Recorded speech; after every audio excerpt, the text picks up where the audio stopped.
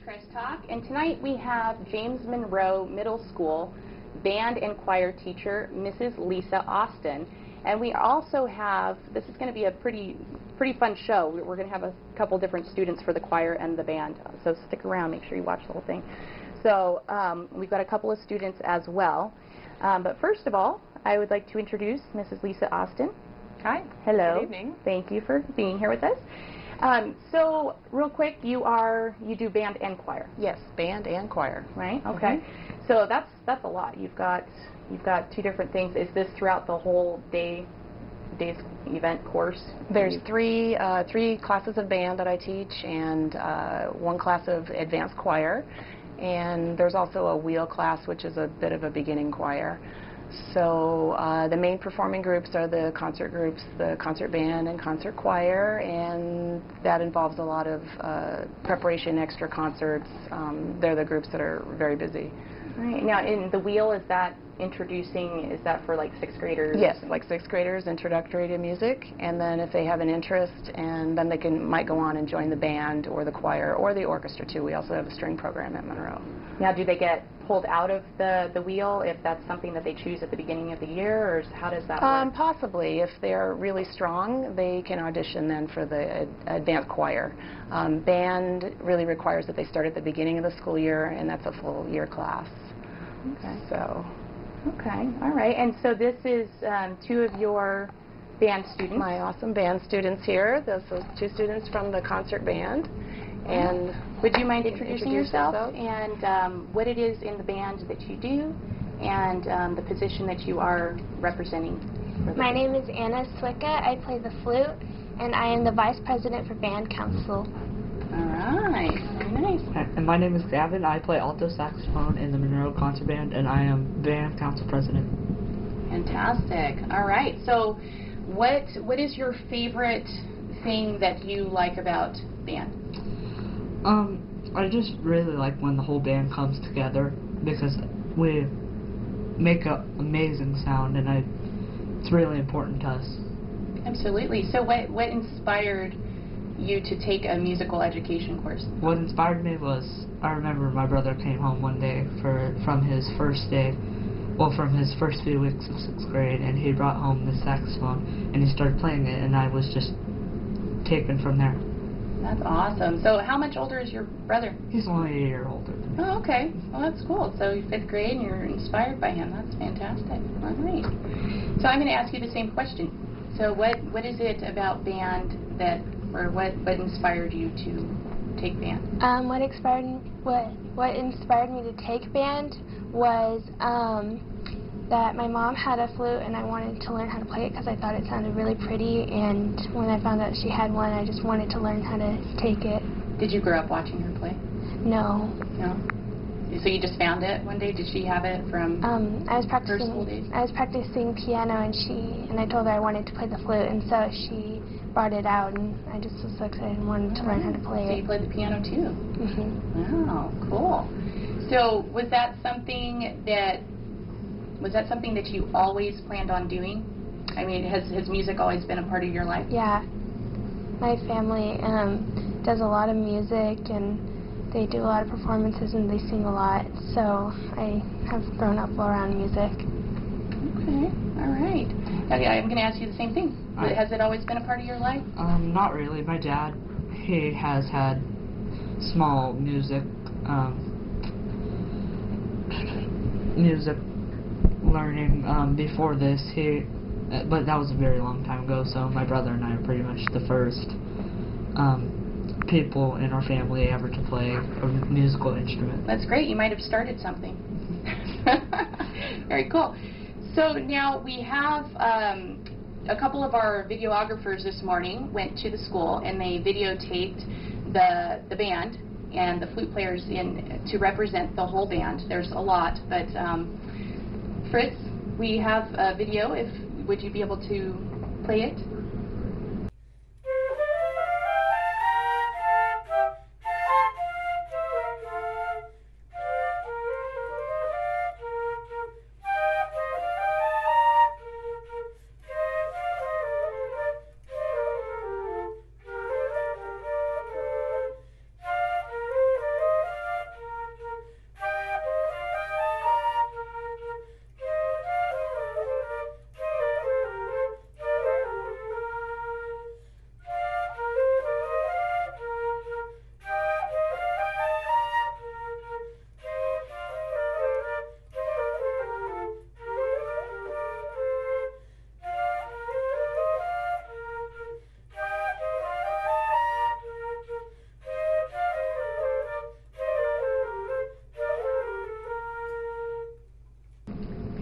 Fantastic. Yay! So, okay, I hope you enjoyed the video. That was the band, the flute players of the band. And before we go to commercial break in a little bit, I want to make sure that we get out, we were talking about this before, a fundraiser that you're doing.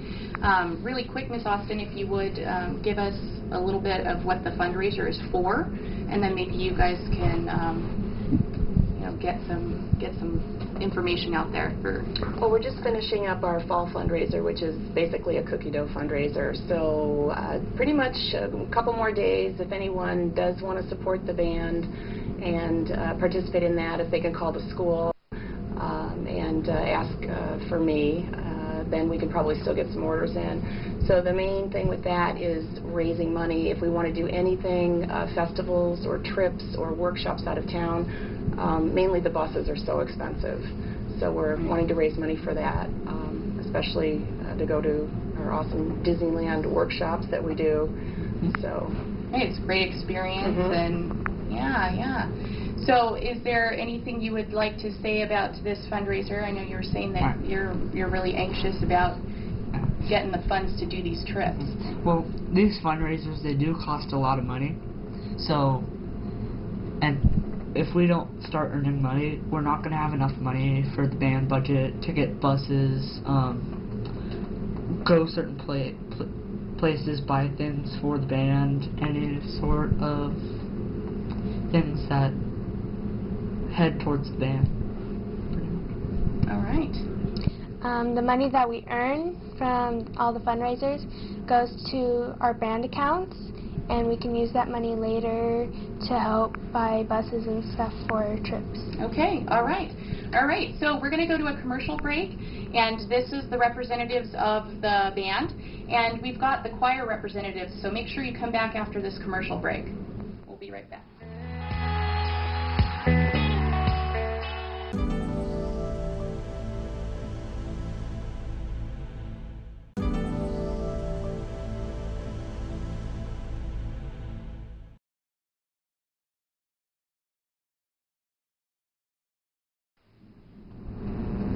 Welcome back. This is Ridgecrest Talk, and I'm ClairAnn Herbert. And tonight we have Monroe Junior High, Mrs. Lisa Austin, the band and choir teacher. And we just got done talking to the band representatives, and right now we've got with us the choir representatives.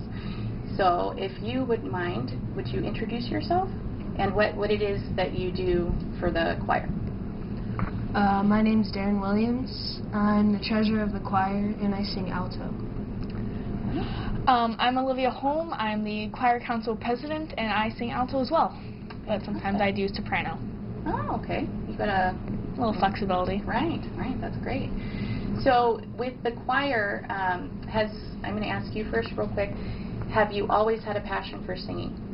Yeah, most of my life I've been singing because my family's not really a musical family, but I really like to sing on my first year. You bring music to the table, huh? Yeah. My mom really enjoys me singing too and stuff, so. That's great. That's such a joy. Oh, wonderful. Okay, so what is it that brought music into your life and singing? It was mostly my dad, because he played the guitar and he would sing, and he would have his friend Kathy come over and they would sing and play together, so it kind of just sparked a little interest in me, and I just took off from there. Great. So Mrs. Austin, is the fundraiser also going with the choir as well? It's the whole music department, okay, so band, choir, and orchestra. Okay, and then with these, the trips, you know, I was going to actually, do you have any planned? Coming up? Yes, we do.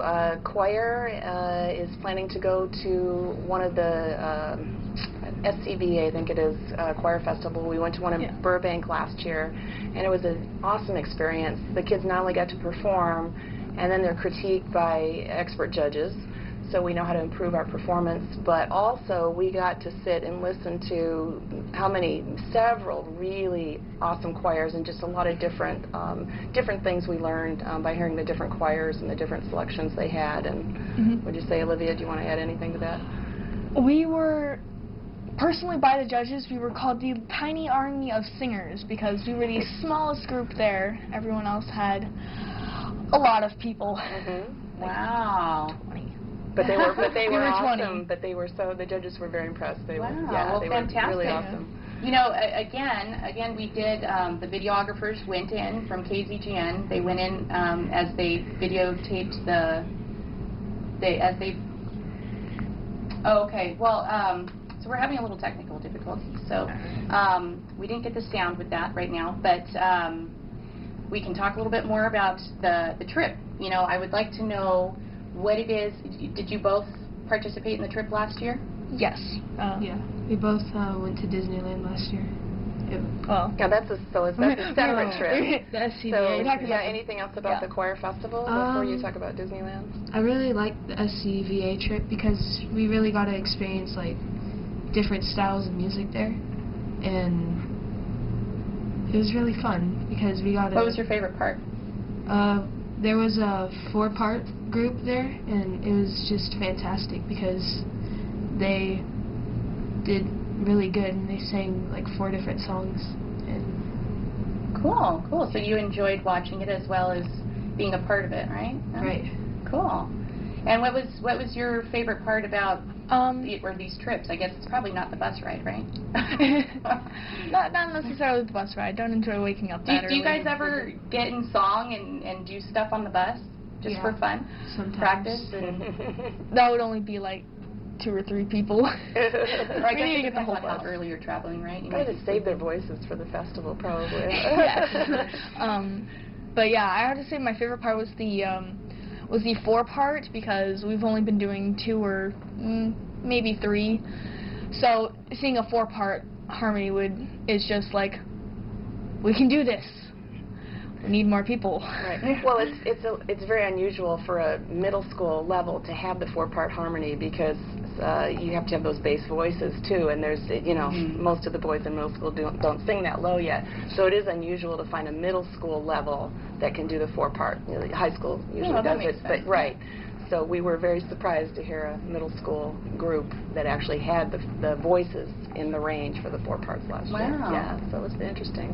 Wow, that is cool. So, I was going to say, you talked about a Disneyland trip. Yeah. Yes. That workshop was awesome. It was. I think it was an hour and a half workshop, I think it was an hour and a half. And two they hours worked maybe. with a Disney clinician. She was so awesome. She taught them the song, the dance, and the choreography, and they videotaped it and filmed it all within an hour and a half, right? Yeah. Yeah. Right. Yeah, it was so much fun because she was so peppy and so exciting. It was just awesome. Now, I vaguely remember last year, didn't you show a film from it? We did. Yes. Wow. Yeah, because Daphne, I remember going to the end of the year program that you did, and you talked about it and showed the video. That looked really cool. Yeah. And then they also did the background music for the show, right? Or like a small clip of one of the videos. Yeah. But it gives a chance for the kids to learn a little bit what it's like to be a professional in the business, singing, dancing. Maybe you're in a show. I think the workshop was called Show Choir, wasn't it? Yeah, it was Show Choir. Show Choir. Yes. What a great experience. It was a really great experience for them. They learned a lot and had a good time. Yeah. All right. So what part of, do you guys have any shows that are coming up that you would like to announce? October 8th? Yes, October 8th we do have a concert coming up. It's our first concert. It's the Fall Festival, and we're doing a couple pieces. Now, where is it going to be held? It's going to be at Monroe. Okay. Monroe Cafeteria. We open the door, and we have our stage there, and that will be concert choir, concert band, and also the concert orchestra. Now, is this a community event? Do you advertise for the community to come in? We don't usually advertise. It's, just to the parents, because that will fill the whole room. Right. Okay. Right. So just the parents for the 3 performing advanced groups. It pretty much fills up the hall. So we don't usually advertise, but if you really want to come, you might be able to find a seat. Right. Okay. Well, that's great. And are you guys going to be doing any other big or I guess that's what the fundraisers are for, right? You don't have anything set up just yet, or is it? Well, we have are you so many waiting other to- performances through the Right. year. We have the December, there's a big December winter concert, we call it. Okay, you know what, I don't mean to cut you off, I'm so sorry. We got to go to commercial again. Commercial. It was so nice having you both, and you represent the choir well. And make sure you come right back. We're going to find out a little bit more about Mrs. Lisa Austin. We'll be right back after this. Our hearts are things above. Sing a song that's timeless. Sing a song that's true. Sing a song of gladness from inside of you. For all things shall perish from under the sky, but music alone shall live and give us wings to fly. For above pain and sadness, to a place of love and light. Come and join a song of gladness. May our music never die. Sing where there is hatred. Sing where fear is strong. Sing where there is darkness till the night is gone. May the dawn grow brighter. May the conflict cease. May the song inspire all to live in peace. For all things.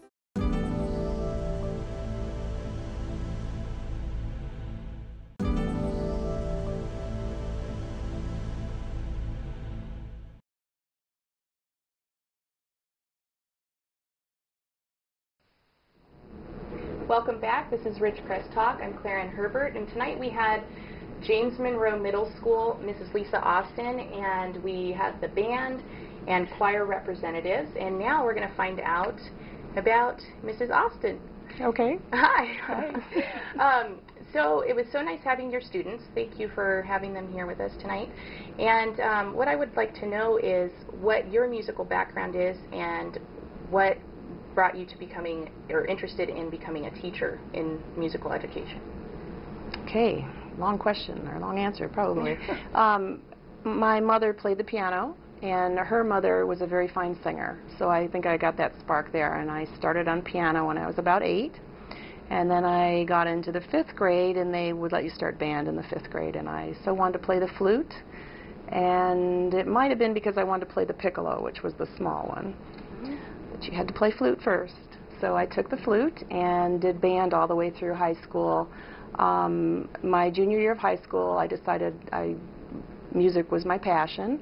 I found a really incredible teacher, Irvin Monroe, and he was principal flute with Detroit Symphony for, I believe, 42 years. So studying with that really awesome teacher was quite an inspiration, and I did go on, of course, then to major in music. Now, where did you do all of this? Started off in Detroit, Michigan. Okay. Yeah. And studied with Mr. Monroe there, and started college there, and then actually moved to California and finished up out here.